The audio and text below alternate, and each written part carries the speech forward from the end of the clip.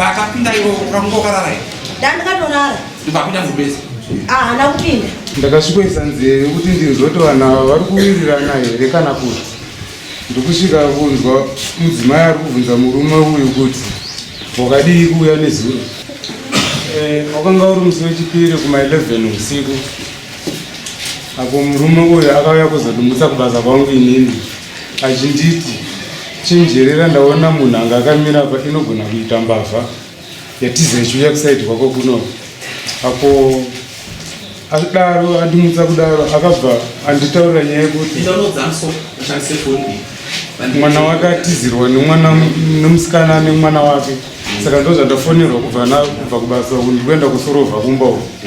Zvino pakudaro manje uya haana kuziva kuti handa kuzomusiya kubva kundimutsa kwaakaita ikoko. Ndakafamba naye kudzamara akanopinda mumba mangu inini nemudzimai wangu. Ndinotenda manje. Wakanga uri musi wechipiri kuma11 usiku. Apo murume uyu akauya kubasa kwangu inini akandimutsa achinditi ndaona munhu parodhi apa azofamba achiuya sekubasa kwako, saka sara wakangwarira unogona kubirwa. Plus kumba kwangu ndafonerwa kunzi kune mwana wangu mukomana atizirwa nemusikana nemwana wake, saka ndikumbonosorovha nyaya iyi. Apa ndangokona kuti ndikudze kuti pane mbavha yandaona apa. Uya haana kuzoziva kuti kubva paakaita kwandiri handa kuzomusiya. Ndakafamba naye dzamara anosvika padhoo pamba pangu, kudzamara apinde mumba mangu.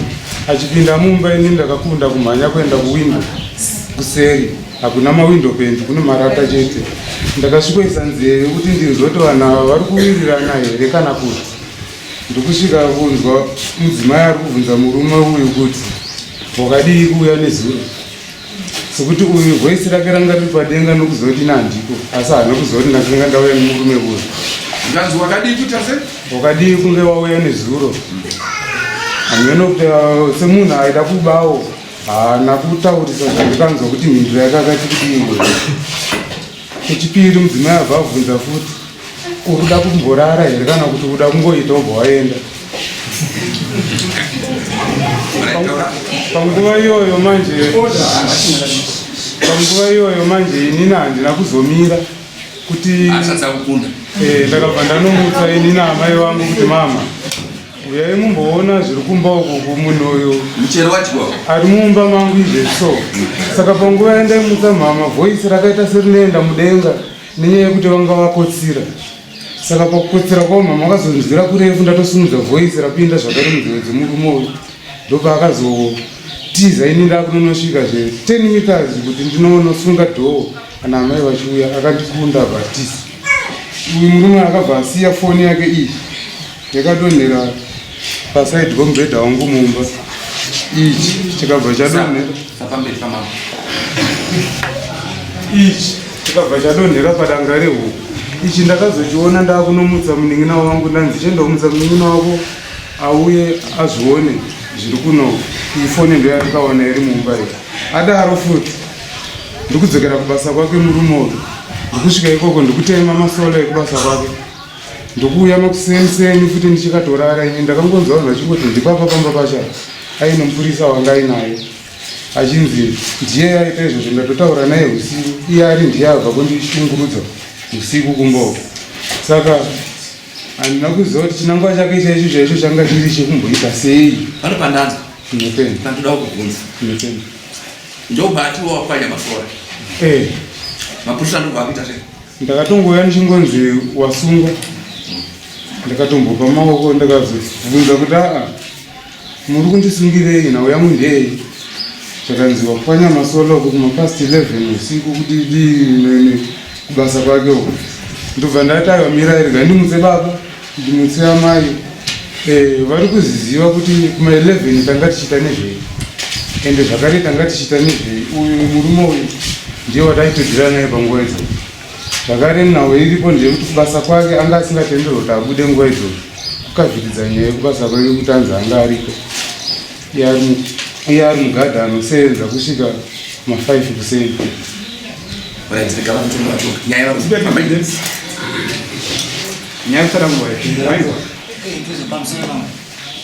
Ini chakatika muri musechipiriwo ndandi kubasa. Saka ndikubasa kwebe pane pandochemera ndogara. Ndakatono andakabva yangu. Saka ini chakaita kuti ndikanzwa ma 5 steps kuchibasa pangu. Ndakachiwa. Pandakachiwa ndakasunga chiki. Ndinenge kuvhunga chimhanya. Bosi ini ndazinozoita kupana chiki. Pane changa wakabata. Kupindira nosoro uye ati uchikuma chimwe tangwa vuma kana kuramba usita Easy.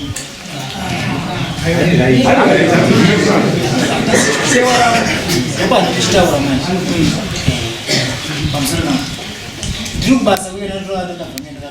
Saka inini kuma level ndipinda wazo na steps.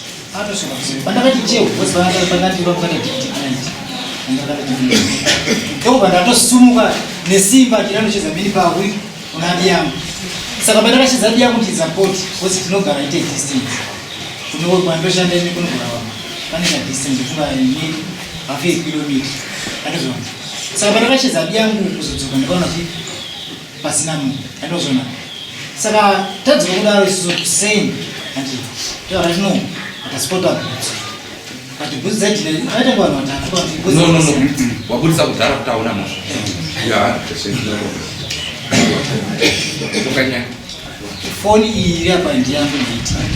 Saka chakaita ndikuti ni pandakasumuka ni force kusunga ndabvunga kuti no movement ndichi ndogona kukwadza pana ndondo chizadiyangu pakasaka Kasara pani mumbai. basa kwangu Oda, ndoba kuyakena kutoa zvindoba. nokuti ava mishini yangu asvikira ndifuma vaida kutibira masola yangu basi vana vasina kusumba vana mumwe vaita seyakasumba ende pakuta kuti pana chakawa masola hapana kati chatoa masola angu ese anenge une imwe nguva here wakambosangana nomukomana kuti ngwara zvinoita zvakanaka matiche une imwe nguva here wakambosangana nomukomana kuti ngwara pano zvisifamba zvakanaka andobvira namboonana naye une imwe nguva here wakambosangana zvinhu zvikabenyi pangu kusangana zvinhu ndichizvo unozviziva here nditati zvinhu ndezvangu wakapedza kutaura nani pafoni infact inini wakapedza kutaura naini mudingirini wakapedza wakapedza nakutaura pafoni Husiku wangu iri pesa. Tinoimba here kuti paunogara pano masora Ndizvozvo. mukomana uchi chaakapwanyira masora yake Ayo masora anatopasa. Hapana kana chapwanyira kawo. Hapatorina kana kupachibati. Masvika akaita rei. Kana kuti vangora tanga vakati yozoenda pachiko masoro kozi vana vamwe saka mukomana uchi tikange tichiona toti imhondi ida kuparara inini semafungira ndozakuti iwewe imhondi kai ndizvo. iwe waida kuparadza zvinhu zvomunhu wakaipa siteri Ndenda mwana. Ndakida kubvunza. Mudzimai wowava munomuziva. Tinongozamba kungoonana. Munombofonerana naye pafoni. Ayo handifoni. Ko akauya mudara achitonondifonera uye muri kuchikora chama. Munochitambira sei? Akafona tendo makandifonera. Anonyadzoguma kuti no tiregerai uchade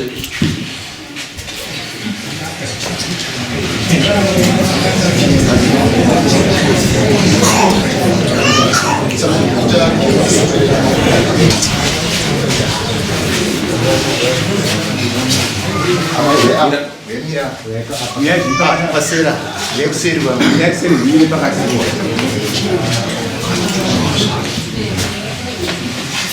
amai zvisandi yake Dari muzani. Madi? Dari muzani. Lucia Madi. hani Lucia Madi. Lucia? Madi. Madi.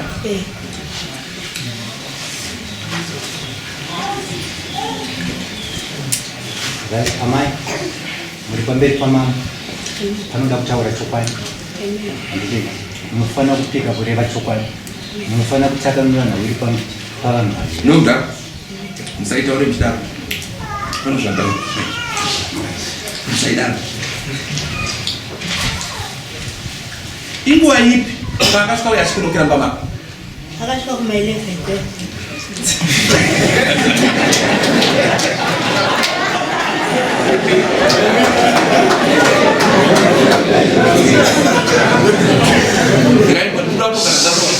ndatozidziseva zvamunoona ndoda kutara mukaona vanhu vakapa statement vari 2 up kuitira kuti nguva zhinji muchandishaya toda kuti mukope zvekutaura mukaona vanhu vapa statement mukaona kuti pano zvaida acha statement hamuzotaura kuti pika pamberi pamwari manzo motsvaga strategy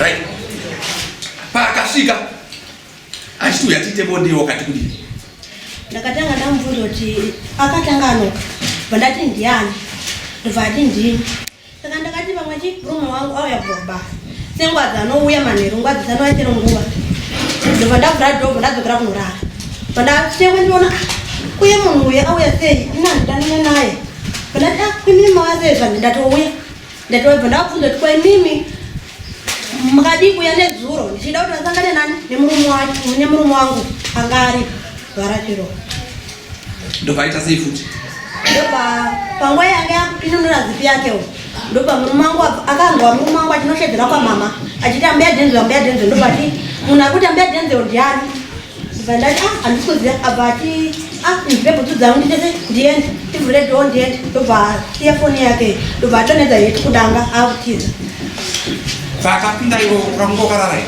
ndandikatorara ndobva apinda mubhezi hana kupinda bhutsu akazivisa nguva nguva iyoyo kuti bhutsu akabvisa nguva bhutsu akauya akadzibata mumaoko akati ndotya kuti ti ndinodhinda payake akati wow ndobva ndati saka iwo wakati kuya nezuro usangane ndida kuti asangane nemurume wangu varakeroro vatoti ndatouya ndopa akabva tidhumadhuma naye murume wangu iye akabvatiza paseji foni ndikabva ndasangana nemurume wangu kuseri ndinonhonga aratiri nandapancha usiku hwacheho une imwe nguva here wakamboenda kugara pawimbo uchishandiwa kunzi unorwara nopfungwa vabereki vako vari mai yangu akashaya baba apenyu murume wako ane imwe nguva here wakamboita naye mukadzi wako nemwe nguva yanorwara inopfungwa handizivi sezvo achiri mutsoni chakutongotanga kugara naye kaane gore mani mune vana vangani watakaita akashaya nai asi unovimba nomukadzi wako zvako mukadzi wangu ndandichivimba naye pane pausingavimbe naye ndandisingafungidziri kuti zvingadaro asi inini pari zvino ndandichiri kutombovimba naye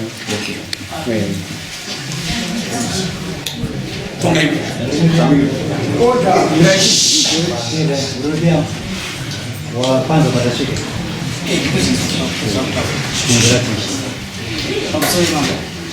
Inini kuti ndiro zvatsanangwa nama zvataura nadisi apana kuziva inini kuti nekuda kuti ndinozoziva kuti foni yanaye ndaipesa bhutsu yemukomana ndina mabi yangu wambishana naye saka ndasvika pamba pacho ndasvika pamba pomukomana ndasvika pamukomana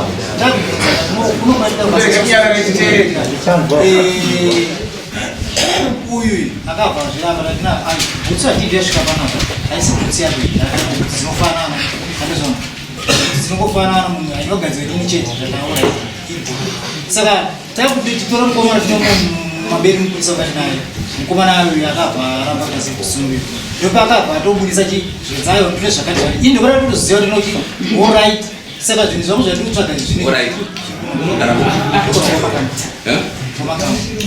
ndiani mumwe munhu anogara kuretwe anogara pamapa simudzai mese sungai mese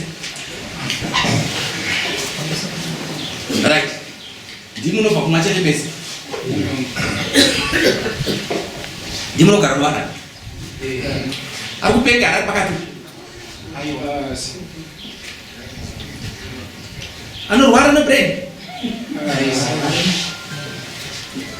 mune mumwe musi wakarwana nouhero mune mumwe musi wakapopotana naye ukamborwana nouyo andisati ndiani wako sauri munosvika mese muchitamba mese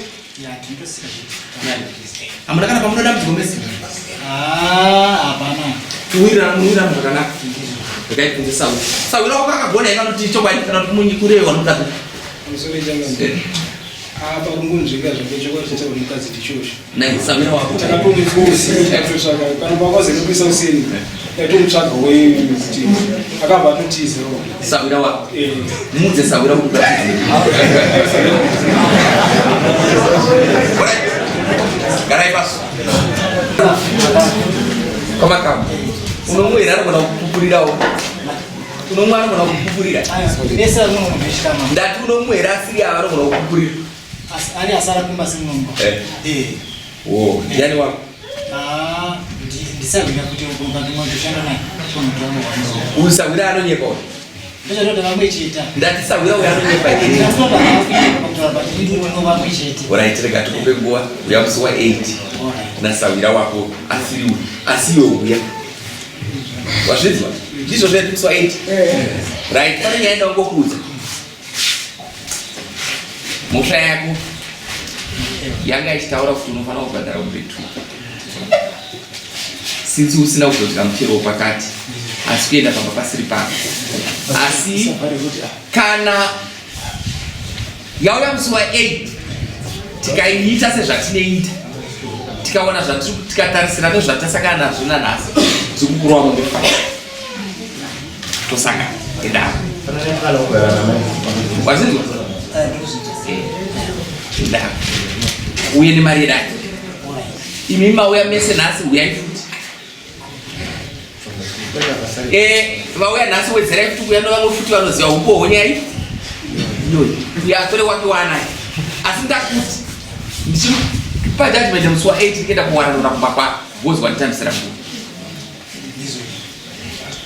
wanzwa zvandotaura 5 times 3 15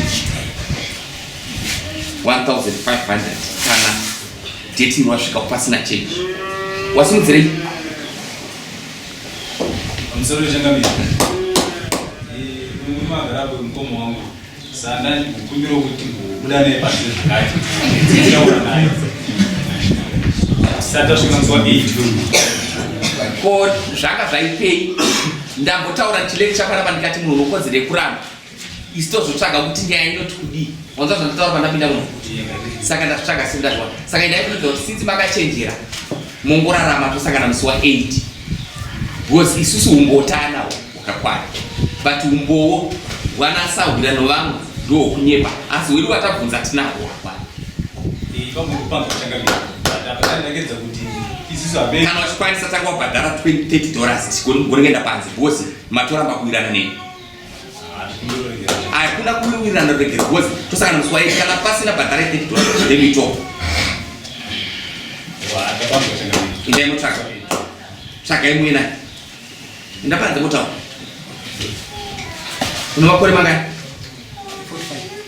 45 zvisina basa nonsense endai modiscasa panze mudzoko simuka naye hama yako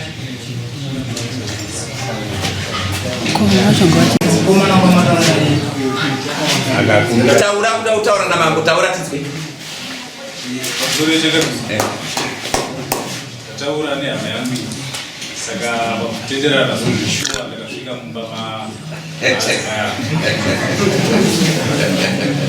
alright ndoda kuzokubvunza dai wanga uriwe waidyawo sei uchitongwa mambo asi kukuchikidzira ari kutaura newe zvakanaka norudo achikuonesa sawira simuka sawira akataurawo sawira akadzi anosaiti tikatendai motsvaga manoyas eni auye unonzwawo sei saka paipai tinenge tine mutemo unotigaidha but ndiri kuti ndichigamuchira nyaya yako sinzi chokwadi chaataura takaibatsvaga $30 zvisara because ininde ndichitarisa ndichitonga ndichi pamwe nombosira ari kudenga nomidzimu but munenge mashaisha tsvagai mariyo kweretai kana mukatokwereta kuno vanhu totangira topa judgment judgment yandikutopa panyaya yekupinda pamba pasiri pako uchida kudya muchero usiri wako ndikutomupa mombe mbiri $600 handisi kuzoenda pamombe 5 dzaenda kuchaji but ndiri kuti nditi vanyore vakomana tangai mabhadhara mari yandataura chikonzero ndachitaura zvakanaka zvisakana nedambudziko zvisina handimuzivo handina kana pandinodaka nemunhu ndinongotonga straight Ndoko ndabanga changa. Chaka. Nditita chimu yapa atinaichanga. Ndati romere. Ayo mure changa bila kunosia angoti situation ini mosha changa bila munanga ngeza zero. Rega kuta uchigara usati wataura. Ukaona chitamba pana vanhu mafoni usati kutamba mafoni. Ndinzwa nyasha kutaura zvakadai. Ndangotaura pana machipinda mudare ndozigati. Mese muri kupomba kunonoka chitembata. Vazvinzi uya akabatwa kandi inoda zvona changa bila zanda sunza wokuyo.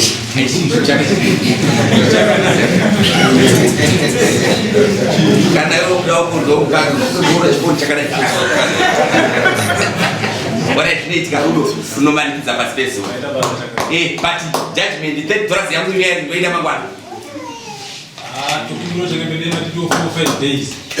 Things are going to be better. Pok enda ko surai boka cuma nunggu aja. Alright.